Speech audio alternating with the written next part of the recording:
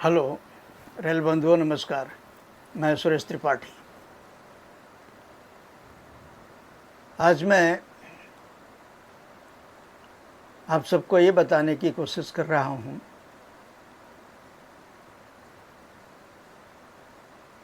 कि policy corruption rail मंत्रालय का सबसे बड़ा करप्शन है। कमीशन खोरी उतनी बड़ा करप्शन नहीं है, वो आदमी की प्रवृत्ति है। वो प्रवृत्ति में खून में शामिल हो गया है। मगर पॉलिसी के माध्यम से जो करप्शन हो रहा है, पॉलिसी चेंज करके बड़े फर्मों के, बड़े कॉन्ट्रैक्टर्स के फेवर में पॉलिसी चेंज करना और साथ में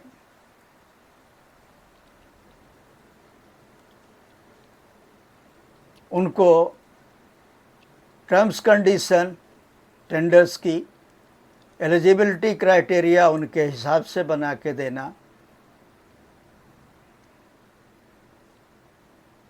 ये बहुत बड़ा करप्शन है। माना कि आपके पास में कोई दूसरा वेंडर नहीं है, कोई कंपटीटर नहीं है, तो पहली बार में आपने उसको, क्योंकि उसका कंसेप्ट था, इसलिए आपने उस हिसाब से टर्म्स कंडीशन बनाई। मगर बाद में आपको ज़रूरी हो जाता है कि और वेंडर डेवलप किए जाएं उस सब्जेक्ट में। कई मामले ऐसे हैं, चाहे वो ब्रेकिंग सिस्टम का हो, ब्रेक ब्लॉक बनाने का हो, चाहे बोगी बनाने का हो, चाहे कोच के और भी पार्ट हैं उनको बनाने का हो, मेजर पार्ट हैं इंजन के, इंजन की बोगी बनाने के, ट्रैक्शन मोटर, और भी ऐसे कई सारे सब्जेक्ट हैं, इंस्ट्रूमेंट हैं जिनकी सप्लाई में वर्षों वर्षों तक सिंगल वेंडर रहे, और वो सिंगल वेंडर रेल को चलाते रहे। उनकी मर्जी से अधिकारियों को इधर से उधर किया जाता रहा। ये काम अभी सुधीर कुमार के टाइम तक हुआ है, जब वो मंत्री के सलाहकार थे। पहले भी हुआ है। आज जो अपने आप को फादर ऑफ वंदे भारत, कथित फादर ऑफ वंदे भारत, कथित ट्रेन 18 मैन कहलाने में बड़ा फख्र महसूस करते हैं, BLW, RDSO, लखनऊ, बनारस, इन्हीं तीनों जगहों पर रह करके उन्होंने क्या गुल खिलाए, ये भी सबको पता है। उन्होंने कैसे कैसे दलालों को वेंडर बना दिया, और ऐसे बहुत सारे उदाहरण हैं। ये काम पिछले 10 सालों में भी हुआ। बड़ौदा की एक कंपनी के लिए को फेवर करने के लिए जो पूरे MOSR रहीं, उनके दबाव में, उनकी सिफारिश में पॉलिसी बदली गई उसको फेवर करने के लिए, जिसको टर्न की पॉलिसी कहा जाता है, कोच फर्निशिंग के लिए। आज वो कंपनी और उसकी सब्सिडरी, ये दोनों मिलकर के ही इस सब्जेक्ट के सारे टेंडर हथिया रहे हैं, और उनके हिसाब से टर्म्स कंडीशन भी बना दी गई। अब वो डिक्टेट कर रहे हैं।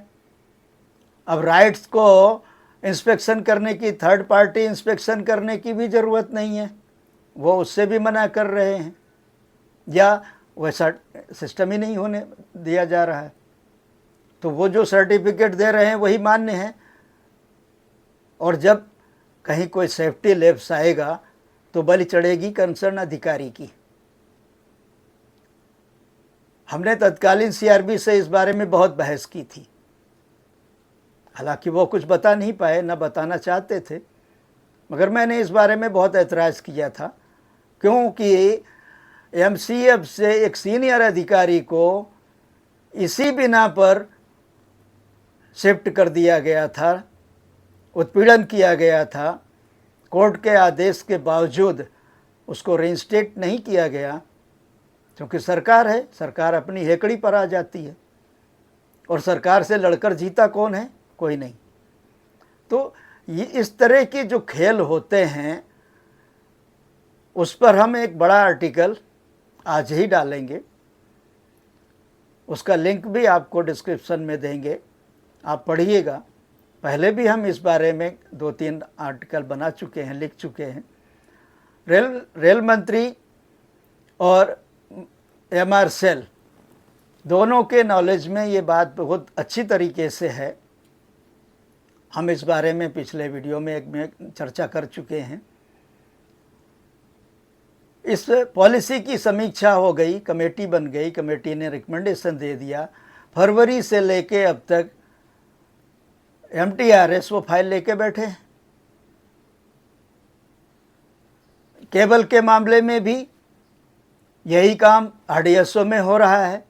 कंप्लेंट्स हुई हैं, हमारे पास उसका रिकॉर्ड है।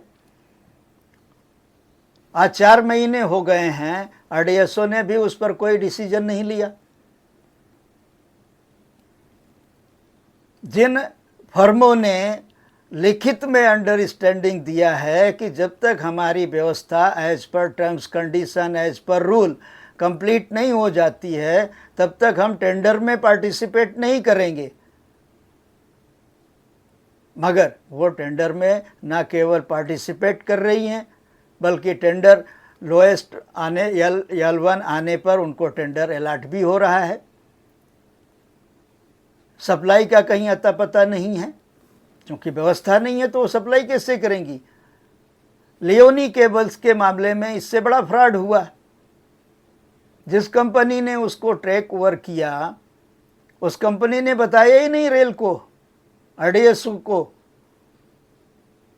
और महीनों महीनों तक उसका जो बैलेंस स्टॉक था वो सप्लाई करती रही।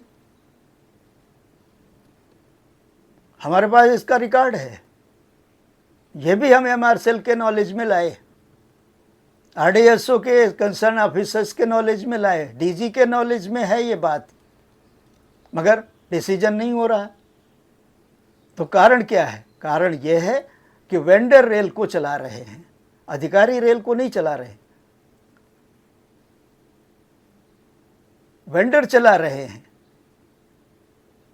और अगर ऐसा नहीं है तो मंत्री जी खंडन कर दें, DG RDSO खंडन कर दें, चेयरमैन रेलवे बोर्ड खंडन कर दें, MTRS खंडन कर दें कि क्यों वो 4 महीने से फाइल लेके बैठे हैं।